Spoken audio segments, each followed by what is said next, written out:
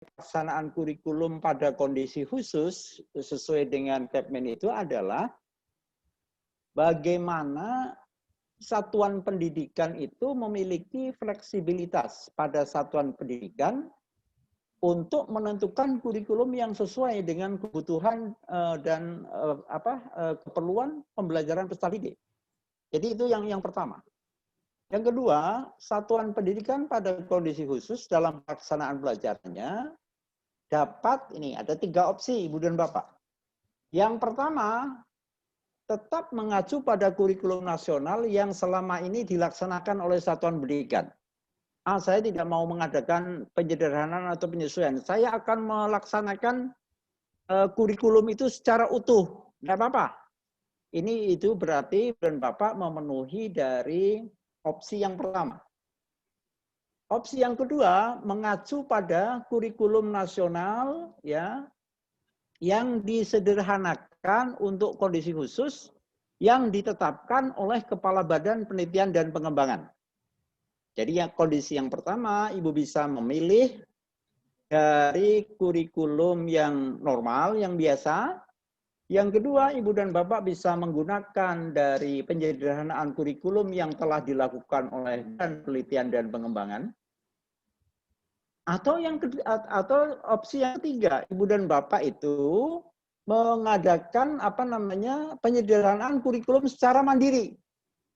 Jadi sekolah Ibu dan Bapak mengadakan penyederhanaan kurikulum secara mandiri.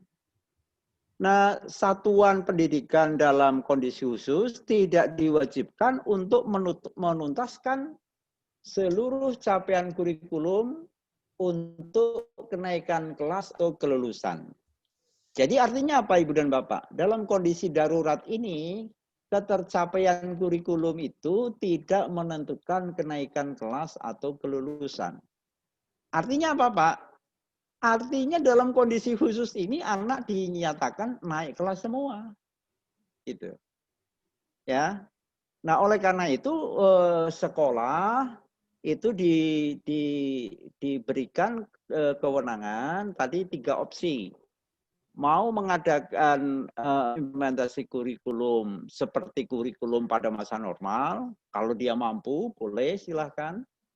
Atau menggunakan penyederhanaan yang dilakukan oleh Kabalitbang, Kepala Badan Penelitian, atau sekolah menyederhanakan sendiri kurikulumnya.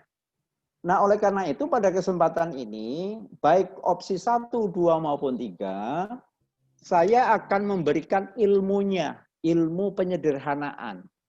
Jadi Ibu Bapak mau mengambil opsi yang pertama, kedua, ketiga tidak menjadi soal. Akan tetapi Ibu dan Bapak tahu ilmunya. Tahu alasannya pengambilan yang mana yang harus sesuai dengan kondisi masa pandemi ini. Nah, pembelajarannya bagaimana? Di sana dinyatakan di Kepmen itu pembelajaran dalam kondisi khusus dilaksanakan secara kontekstual. Ya, sesuai dengan kebutuhan peserta didik dan kondisi daerah. Lalu asesmen dilaksanakan sebagai bagian integral dari pembelajaran. Dan yang menjadi penting adalah umpan baliknya. Jadi Ibu dan Bapak bukan capaian dari hasil kurikulum, tetapi asesmen itu dilakukan untuk memberikan umpan balik, itu yang menjadi penting. Dan Ibu dan Bapak hasil asesmen itu digunakan oleh pendidik sebagai umpan balik dalam perbaikan pembelajaran. Dari permen ini, Ibu dan Bapak, boleh disimpulkan.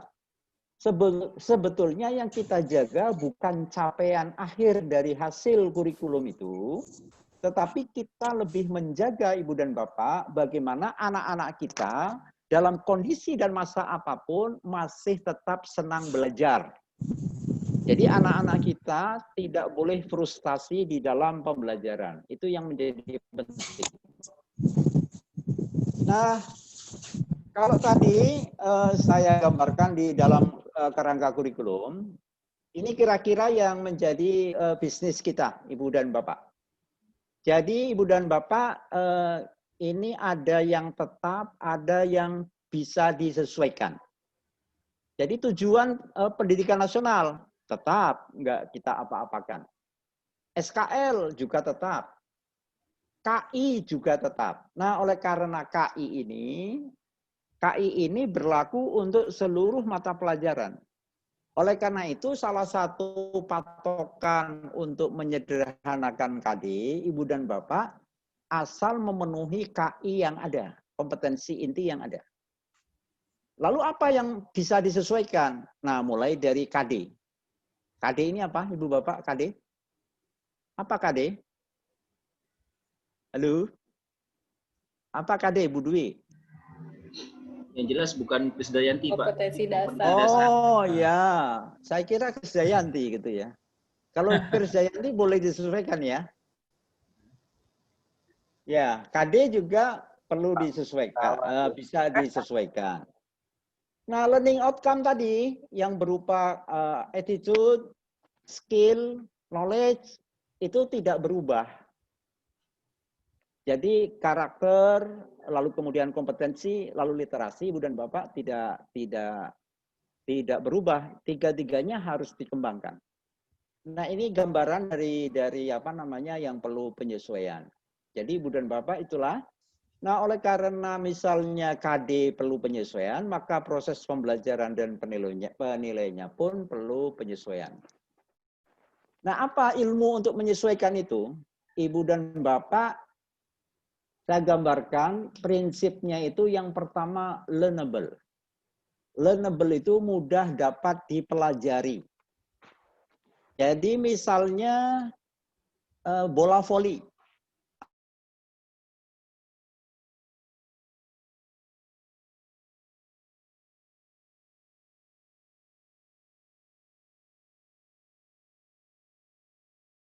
Disinfektan lalu dipukul lagi.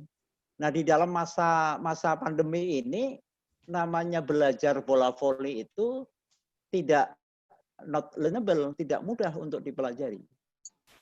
Nah, KD yang semacam ini Ibu dan Bapak boleh diparkir dulu. Nanti ditunda dulu. Kita pilih KD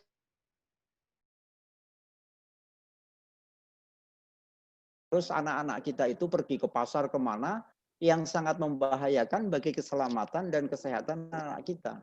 Nah, KD-KD yang semacam itu, Ibu dan Bapak, boleh ditunda dulu pelaksanaannya. Lalu KD itu mudah dapat dicapai. Ini achievable ya. Jadi prinsipnya itu, KD-nya itu mudah dicapai. Misalkan KD-KD yang sangat kompleks, yang membutuhkan seluruh beberapa keterampilan yang harus anak-anak itu membaca sekian buku, mempraktekkan sekian praktek, yang tidak mudah dicapai, maka KD yang semacam ini perlu diparkir dulu. Lalu mudah terukur. Ini measurable ya, measurable. Jadi tahapannya itu mudah ditandai indikatornya. Lalu mudah dapat terlihat ketercapaiannya. Ini observable. Jadi kalau kita mengembangkan KD gemar membaca, ini kan masih umum. Harus kita rinci menjadi yang terobservasi. Itu apa?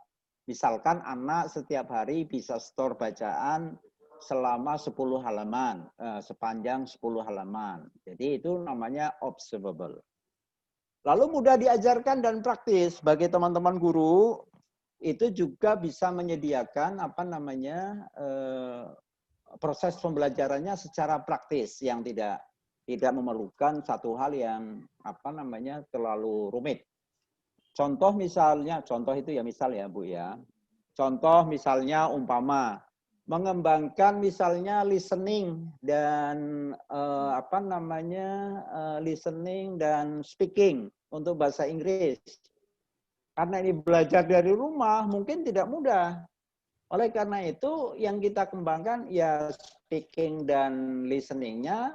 Listening mungkin masih bisa, tetapi speaking mungkin agak susah. Maka yang kita kembangkan mungkin writing-nya, menulisnya ya, Ibu dan Bapak. Ibu dan Bapak ini nanti apa namanya seluruh ini akan saya berikan kepada Ibu dan Bapak. Jadi Ibu dan Bapak apa tidak usah terlalu apa takut tidak bisa mencatat. Jadi seluruh tayangan ini nanti saya berikan ke panitia. Nah, yang kemudian Ibu dan Bapak, Ada kriteria pemilihan KD. Yang pertama, apakah KD yang Ibu Bapak pilih itu adalah urgen. Urgen itu memang KD itu sangat perlu dan penting. Tidak pantas kalau misalkan anak kelas 1 SMP tidak tahu tentang misalkan pecahan. Ya. Jadi itu urgen. Lalu Pan, ini terkait langsung. Lalu kemudian Ibu dan Bapak ada kontinuitas. KD ini merupakan prasyarat untuk menguasai kompetensi yang lain. Nah, yang terakhir tingkat keterpakaiannya tinggi. Nah, ini apa tadi prinsip, ini kriteria. Nah, bagaimana menentukan langkah prioritas KD yang kita ambil? Yang pertama ada D prasyarat. Prasyarat itu tadi seperti KD yang akan menjadi persyaratan untuk pengembangan KD-KD yang lain. Contoh misalnya Ibu dan Bapak, tidak akan anak itu bisa menulis kalimat sebelum dia belajar menulis kata. Sebelum anak belajar menulis huruf. Oleh karena itu menulis huruf dan menulis kata merupakan KD prasyarat. Nah, KD yang semacam ini harus diambil duluan, Ibu dan Bapak. Misalnya KD operasi bilangan penjumlahan. Itu menjadi prasyarat bagi KD berikutnya, yaitu operasi bilangan mengenai pengurangan, mengenai perkalian, mengenai pembagian. Jadi itu KD prasyarat yang akan menjadi persyaratan bagi pengembangan KD-KD yang lain, itu merupakan prioritas pertama. Yang kedua, KD bebas atau KD yang paralel, tapi tingkat keterpakaiannya tinggi. Jadi KD ini sederhana, KD ini Ibu dan Bapak tidak memerlukan prasyarat yang lain, tetapi KD ini tingkat keterpakaiannya tinggi. Misalnya apa, Ibu dan Bapak? Anak memahami apa sifat-sifat air. Nah, ini kan keterpakaiannya tinggi. Sehingga anak-anak kita itu nanti apa namanya bisa mengelola air dengan baik. Dia bisa menuang air dalam gelas, bisa meletakkan air dengan benar karena dia tahu apa namanya KD tentang sifat-sifat air. Lalu berikutnya yang terakhir itu adalah KD yang bersyarat, KD yang kompleks. Nah, ini kalau yang prasyarat sudah diambil semua, KD bebas sudah diambil semua, boleh lalu melangkah kepada KD yang kompleks, Ibu dan Bapak. Tapi kalau tidak memungkinkan tadi, untuk KD yang kompleks semacam ini bisa ditunda lebih dulu, sesuai dengan apa namanya prinsip yang tadi saya jelaskan di depan. Lalu dari KD yang ada kita ambil, kita pilih, di dalam implementasinya lalu kita kontekstualisasikan dengan keadaan yang ada. Nah, Ibu dan Bapak, setelah kita memilih KD yang cocok dengan situasi pandemi yang sesuai dengan Bapak itu apa namanya? Membuat pembelajaran KD itu tidak individu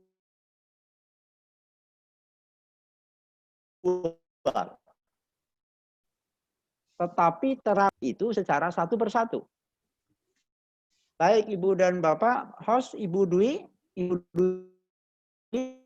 halo. Ya, halo.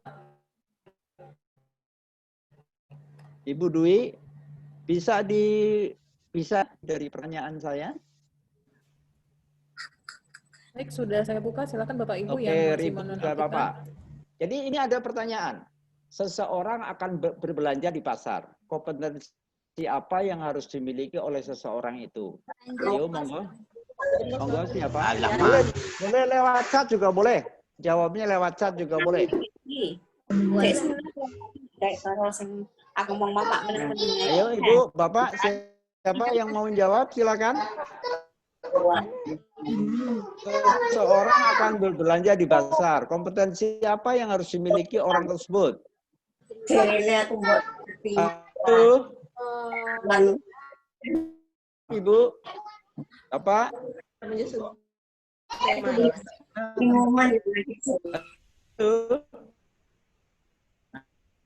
Ya, maksudnya ketika KD itu kan biasanya kan Halo.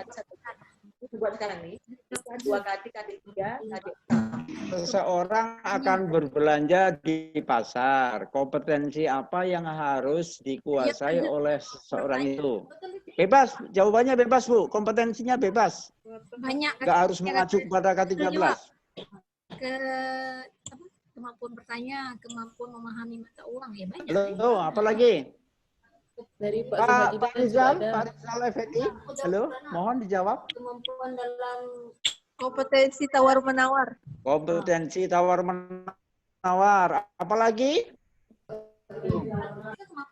kemampuan dalam Kompetensi kendaraan. Apa? jenis barang. Nah, itu Jenis barang. Kompetensi berbahasa perlu? Ya, kompetensi berbahasa. Kompetensi matematika perlu? Berkendaraan, matematika. Oke. Kompetensi Sekarang menghitung. Menghitung. Sekarang saya tanya pertanyaan yang kedua. Seorang akan melakukan sholat. Kompetensi apa yang harus dikuasai oleh orang tersebut? Sholat. Syarat rukun sholat. Menguasai bacaan. Masih bacaan. Ambil air wudhu. Oke. Baik, berikutnya. Seseorang akan bepergian ke suatu tempat dengan mengemudi mobil. Kompetensi apa yang harus dimiliki oleh seseorang itu? Rambu-rambu. Bisa menguasai peta? Mengendarai mobil, Pak. Ya.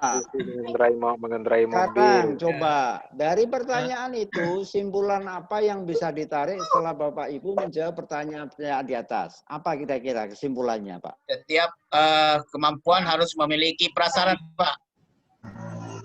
Ya, pertama itu. Yang kedua, adakah satu kegiatan yang hanya memerlukan satu kompetensi? Tidak. Ada nggak?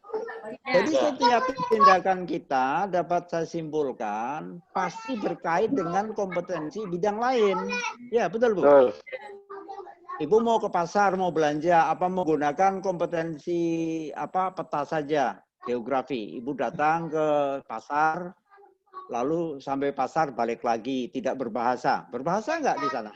ya, Menghitung nggak? Ya.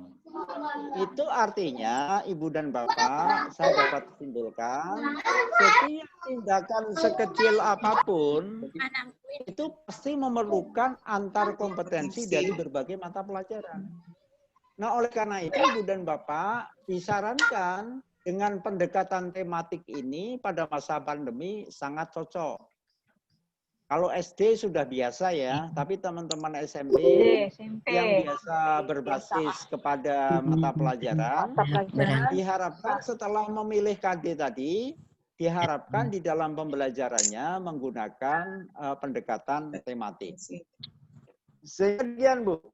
Misalkan KD Sains dan Teknologi, KD Matematika, KD Bahasa, KD Sosial, KD olahraga, KD seni, sampai KD muatan lokal, itu kita bisa kembangkan ke dalam satu tema dengan dekatan tematik, project, solving, atau apapun namanya. Ya.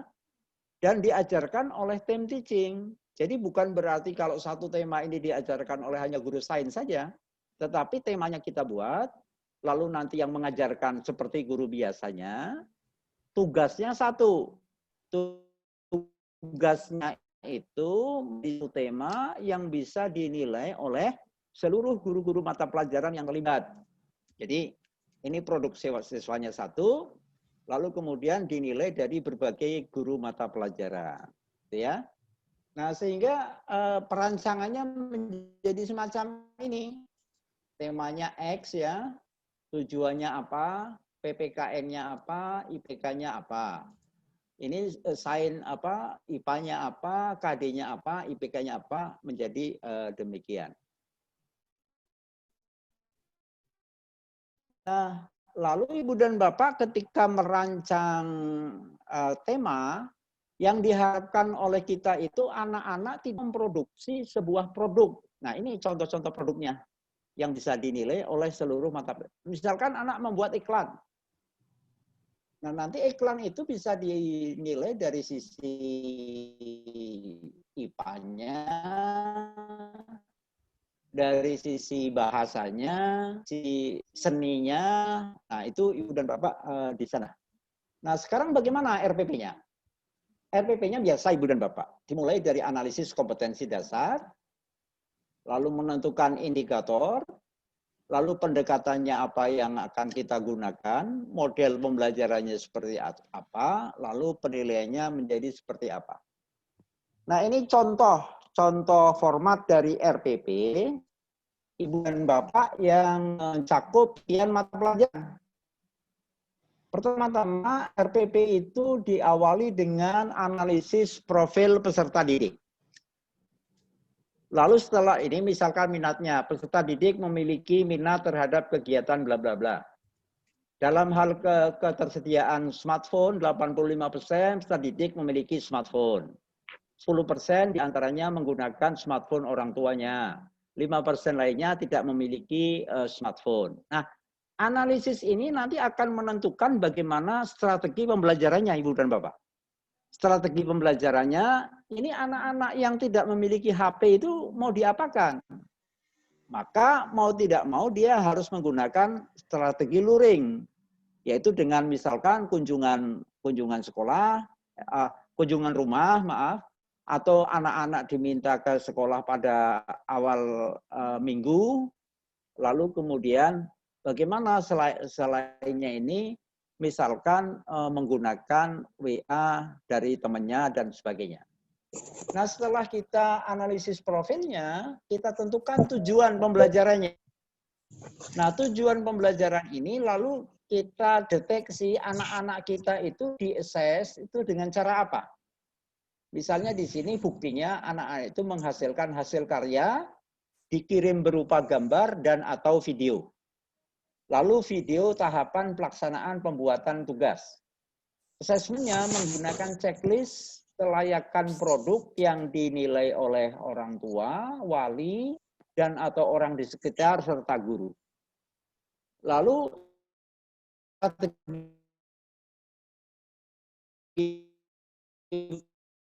pembelajarannya seperti apa? Tujuan ini mencakup cakupan ini mata pelajaran matematikanya, ada pelajaran bahasa Inggrisnya, ada pelajaran bahasa Indonesianya, ada pelajaran IPA-nya. Ini jadi satu halaman ini Ibu dan Bapak mata pelajaran. RPP ini bisa diberlakukan selama mungkin 1 minggu. Tapi ini Ibu dan Bapak, ini perancangan pembelajarannya Ibu dan Bapak nanti di RPP itu terserah. Mau menggunakan discovery atau inquiry, mau mengada dengan model problem based learning, mau dengan project based learning, ini kira-kira bagian mengenai perancangan kegiatan. Itu dilampiri dengan lampiran berikut, Ibu dan Bapak. Mengenai materinya, berupa fakta apa, konsep apa, prosedur apa, sumber belajarnya apa, medianya apa, lalu kegiatan siswanya bagaimana, mode pembelajarannya ini bisa daring, bisa luring, bisa campuran, blended ya. Campuran antara daring dan luring. Lalu LKPD-nya, lembar kerja peserta didiknya seperti apa. Lalu lampiran mengenai IPK-nya, indikator pencapaian kompetensi, dan rubrik penilaiannya. Nah,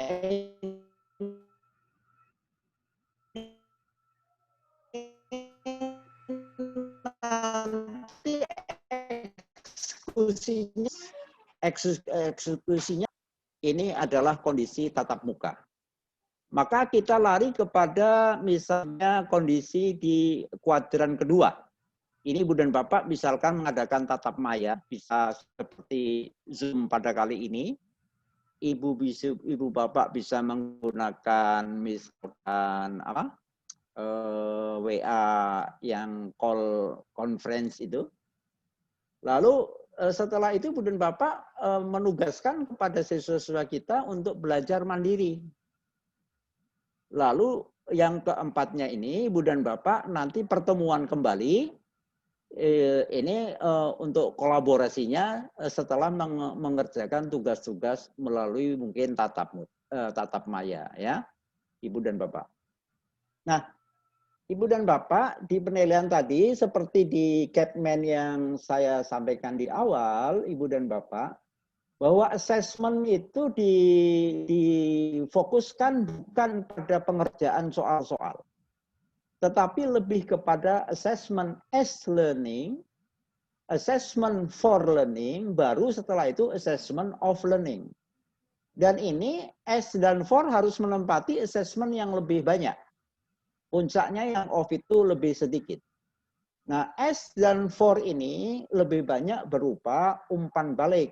Jadi Ibu dan Bapak setelah anak-anak mengerjakan tugas menghasilkan sesuatu, nanti di-store kepada Ibu dan Bapak, lalu Ibu dan Bapak memberikan umpan balik.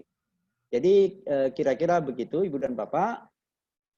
Saya lalu kemudian. Mohon maaf, pahamkah waktu kita tinggal 4 menit lagi Pak? Kita sampai 4 menit lagi. Karena setelah Oke. ini ya. Setelah ini ada Bu Maya. Ya, Mohon ya. maaf ya Pak. Saya akan mencoba membuat ini aja dulu. Menampilkan contoh.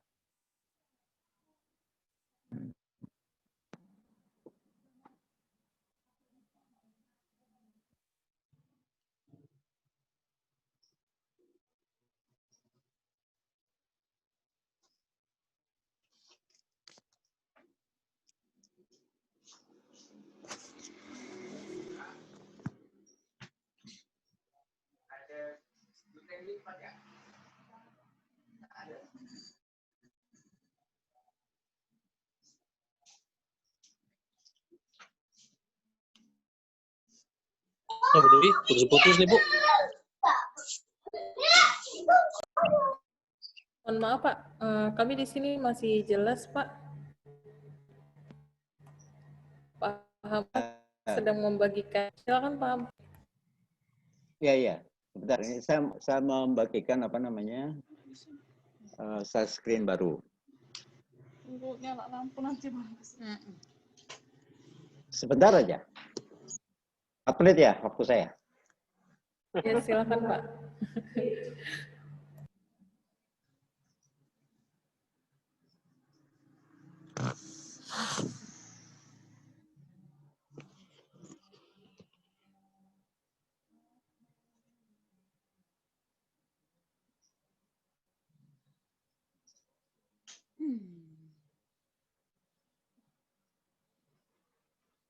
Mohon maaf Pak Hamka.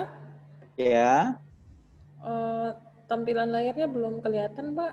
Ya, ini lagi proses. Oh, iya.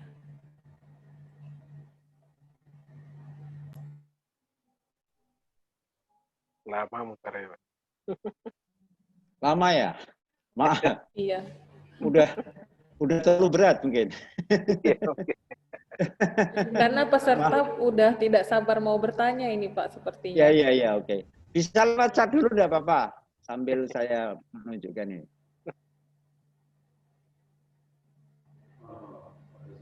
Nah, itu muter-muter gitu.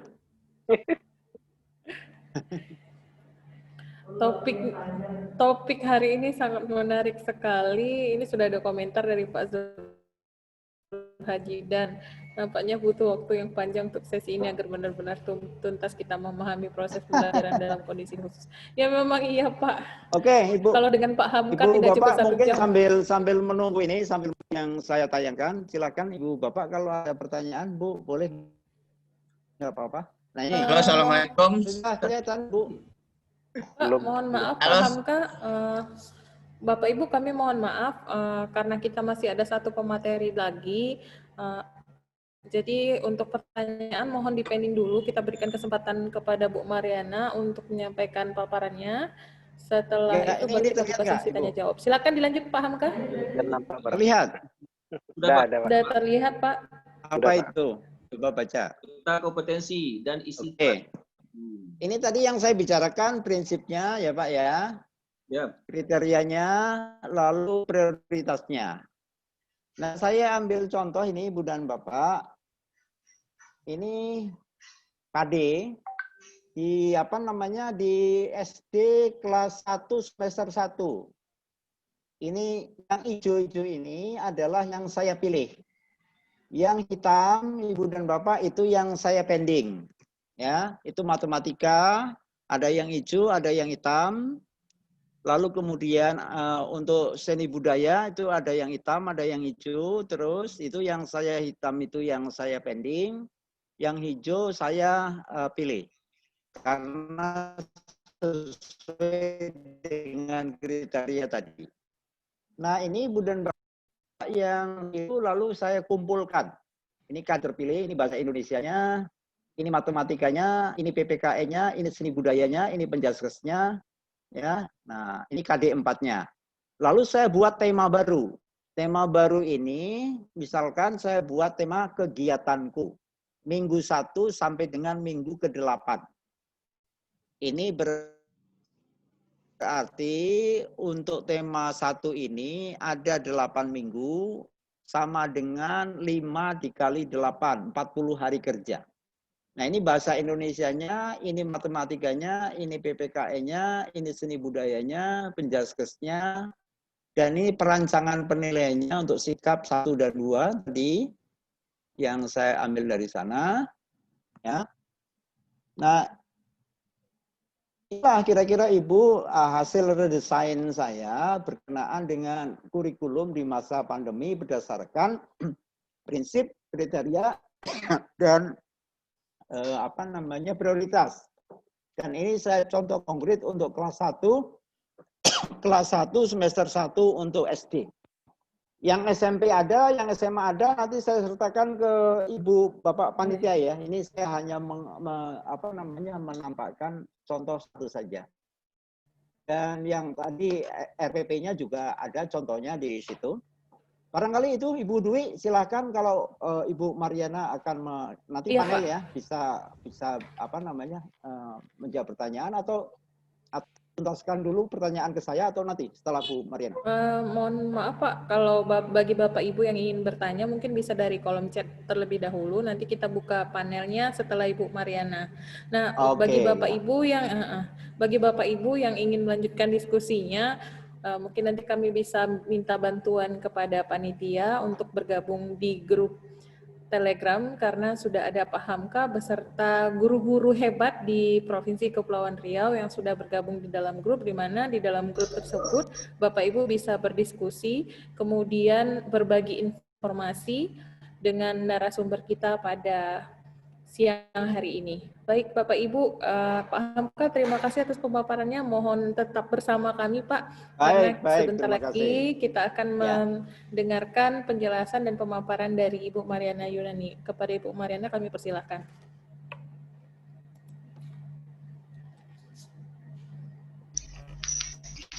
Baik Bu Dwi, terima kasih.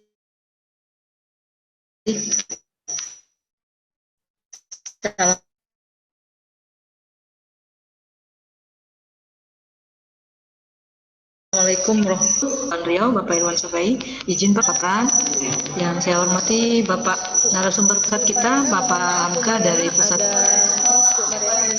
Iya. Atau laptopnya dimatikan suaranya. Baik, para Ibu.